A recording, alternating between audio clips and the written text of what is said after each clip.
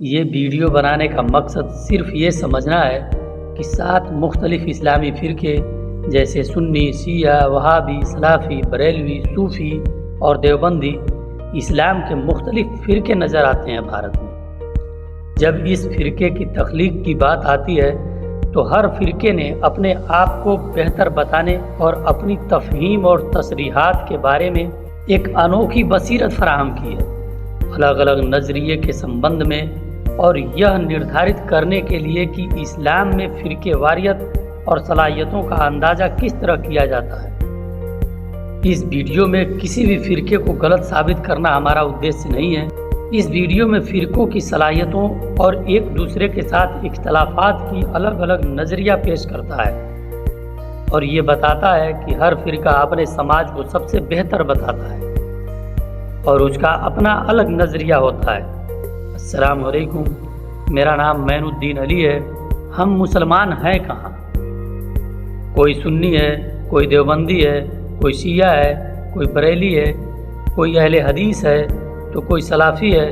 ہم مسلمان ہیں ہی نہیں۔ ہم نے تو اپنے آپ کو فرقوں میں بانٹ لیا ہے۔ آج بھارت میں اسلام کے 7 فرقے موجود ہیں۔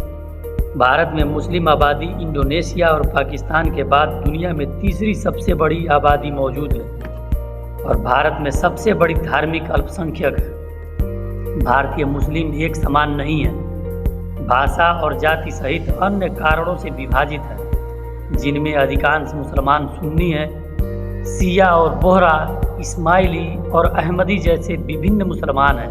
کشمیر راجیہ میں بہو سنکھیک مسلم ہے، جبکہ انیہ راجیوں میں وشیش علاقوں میں کیندرت ہے۔ سب سے ادھک سنکھیا اتر پردیش، بہار، پشچم بنگال، کیرل اور اسم راجیہ میں پائی جاتی ہے۔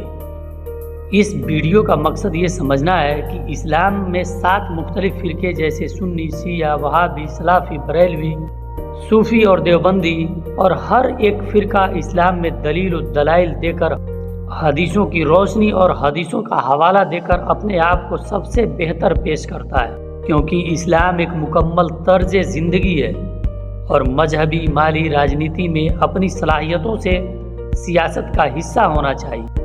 اسلام میں تخلیقی صلاحیتوں کا اندازہ صرف تعلیم یافتہ اور دانشورانہ تعلیم یافتہ اسلامی علماء کرام کے ذریعے کیا جا سکتا ہے، جو متعلقہ علم رکھتے ہیں اور مستند علمی ہیں۔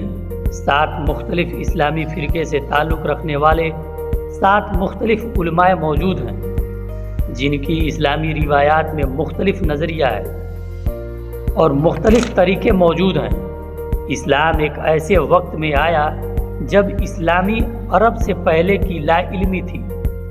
قرآن مجید نے مسلمانوں کو تخلیقی ہونے اور اپنی تخلیقی صلاحیتوں کو انسانیت کے مفاد کے لیے اور شریعت کے قانون اور اسلامی اصولوں کے مطابق استعمال کرنے کی ہدایت کی۔ نئے نظریات اور ideas science, math, biology, geography, sociology, algorithm اور بہت سے دوسرے چھیتروں کی مدد کرنے اور اس کی مدد سے نئی اونچائیوں پر پہنچنے لیے مسلمانوں کو لوگوں اور انسانیت کی مدد کرنے پر اپنی صلاحیتوں کا استعمال کریں۔ 7 اسلامی فرقے اور ان کے اماموں کے نام: امام ناصر سنی، امام علوی شیعہ، امام چشتی بریلوی، امام رشاد صوفی، امام داؤد سلفی، امام یونس وہابی، امام حذیف دیوبندی۔ اسلام ایک ایسا مذہب ہے جس کا انکشاف حضرت محمد مصطفیٰ صلی اللہ علیہ وسلم کو بتایا گیا تھا، جنہوں نے اپنے مومنین کے لیے کسی بھی طرح کے علم کی تلاش شروع کر دی۔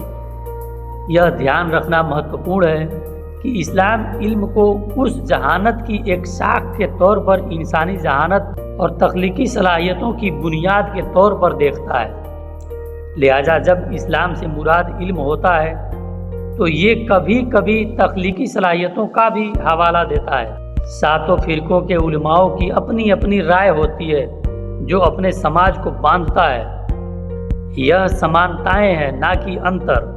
دربھاگیہ سے ان کے بیچ کے متبھید ہی انہیں الگ کرتے ہیں، جس سے آگے کی بحث کی سمبھاونا پیدا ہوتی ہے۔ اور کچھ فرقے دوسرے فرقوں کی عقیدوں کو نظر انداز کرتے ہیں۔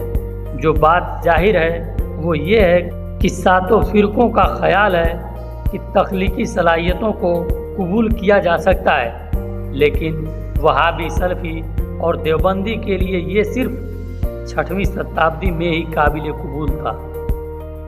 میں قرآن و حدیث کا ماہر تو نہیں، لیکن اتنا ضرور کہہ سکتا ہوں کہ قرآن و حدیث میں کہیں یہ حکم نہیں دیا گیا ہے کہ مسلم قوم کے اندر فرقے بناؤ۔ ہاں، یہ ضرور ہے اسی قرآن میں کہ اللہ تعالیٰ نے مسلمانوں کو آگاہ کیا ہے کہ شیطان تمہارے اندر فرقے واریت کو پیدا کرے گا، تو تمہیں چاہیے کہ اس سے بچو۔ اور آخر میں بس اتنا کہنا چاہوں گا کہ جو بھی اسلام کو بانٹنے کی کوشش کرے گا، میں اسے نہیں مانتا۔ یہ جانکاری آپ کو اچھی لگی ہو تو اسے آگے شیئر ضرور کریں۔ ایسی اور ویڈیو دیکھنے کے لیے ہمارے چینل کو سبسکرائب کریں۔